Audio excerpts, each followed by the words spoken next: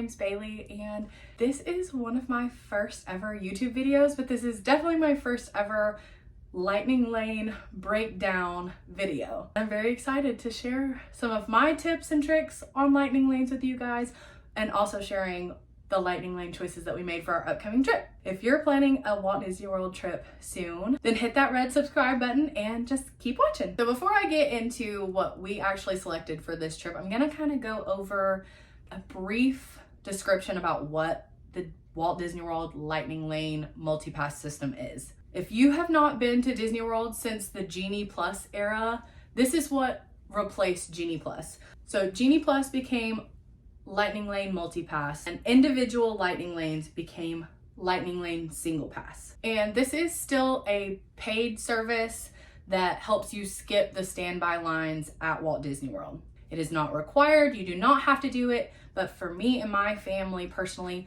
we are never going to do a Disney trip where we don't purchase lightning lanes. If you are a Disney World Resort guest, meaning that you are staying at one of Disney's specifically owned resorts, you get to choose your lightning lanes 7 days before you check into that resort, and 3 days out if you're staying off-site. The rides in the parks are categorized by Tier 1 and Tier 2. This does not apply to Animal Kingdom. There are no tiers in Animal Kingdom. In Magic Kingdom, Epcot, and Hollywood Studios, you will choose 1 Tier 1 attraction and 2 Tier 2 attractions. The checkout process on the app is super simple, super streamlined. You go in, click purchase, select the date that you are wanting to go to the park, select which park you are wanting to start in that day, choose your 3 rides, and check out. It literally took me 2 minutes to make all of our selections for 3 park days and check out.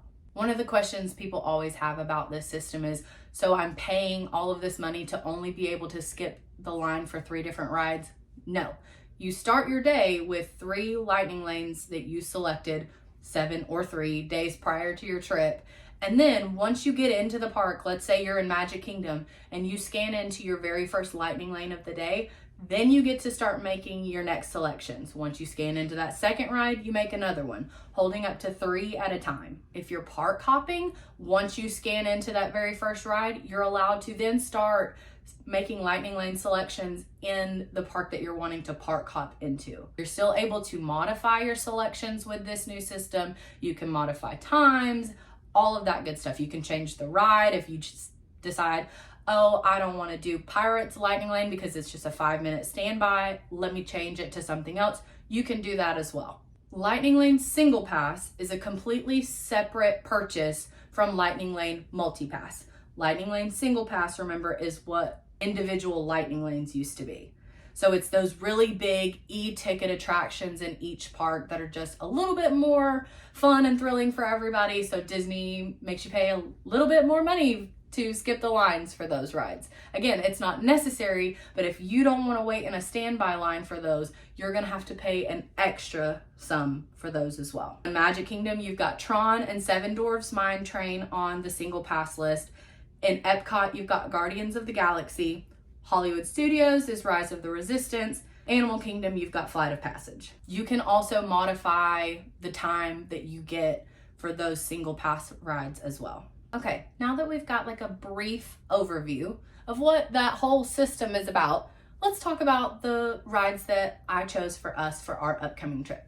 We're doing 3 park days with park hopper tickets. Our very first park day is going to be in Animal Kingdom, and it was $19 per person.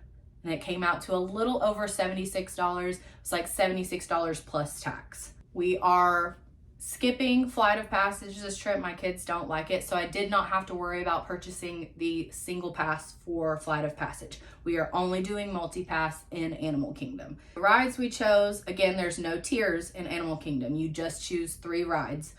We're Dinosaur, Kilimanjaro Safari, and Navi River Journey. Now, we are planning to park hop into Epcot that evening, so once I scan into that very first lightning lane, which is Dinosaur, I can go ahead and start choosing rides in Epcot. Our second park day is Magic Kingdom. The price for multi-pass that day was $25 per person. As a family of 4, comes out to $100 plus tax. Again, we're not big on either one of the single pass rides, so Seven Dwarfs Mine Train and Tron, Those are usually skips for us anyway. My kids don't really like big coasters, and Seven Dwarfs Mine Train is just not worth the hype for us. So we usually skip those. So again, we're foregoing single pass in Magic Kingdom. So we are only paying the multi-pass price. In Magic Kingdom, you've got tier 1 and tier 2 attractions. Our tier 1 attraction that we chose was Tiana's Bayou Adventure, and then our 2 tier 2s were Pirates and Haunted Mansion. Our third and final park day, we're going to be starting in Hollywood Studios. Multi-pass was priced at $27 per person that day. The single pass price for Rise of the Resistance that day was $24 per person. So our Hollywood Studios day is definitely our most expensive on Lightning Lane, at least on this trip, came out to a little over $204. I know it adds up, but to us, it's worth it to pay the price. We don't want to stand in line. We don't want to spend half of our park day waiting in lines. So our tier 1 attraction that we chose in Hollywood Studios is Slinky Dog Dash. And our 2 tier 2 attractions, we chose Star Tours and Toy Story Mania. And then we also did the single pass for Rise of the Resistance. The app is also going to automatically generate the earliest time possible. And if you've got any like dining reservations already made, then it's going to accommodate and like space out your Lightning Lane selection times based on that. It's a pretty smart system for what it is. Also, once you start scanning into your Lightning Lanes, tiers no longer exist. You can start booking all tier 1 attractions, or you can keep booking all tier 2 attractions.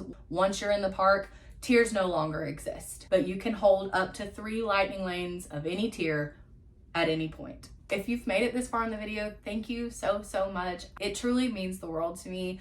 I love getting to grow my channel and my content this way. It's been a lot of fun learning how to film and like all of that kind of stuff. But if you have any specific questions about the multi-pass or single pass system, please drop them in the comments. I'm happy to answer them for you guys. Thanks so much for watching. I hope you guys have a magical day.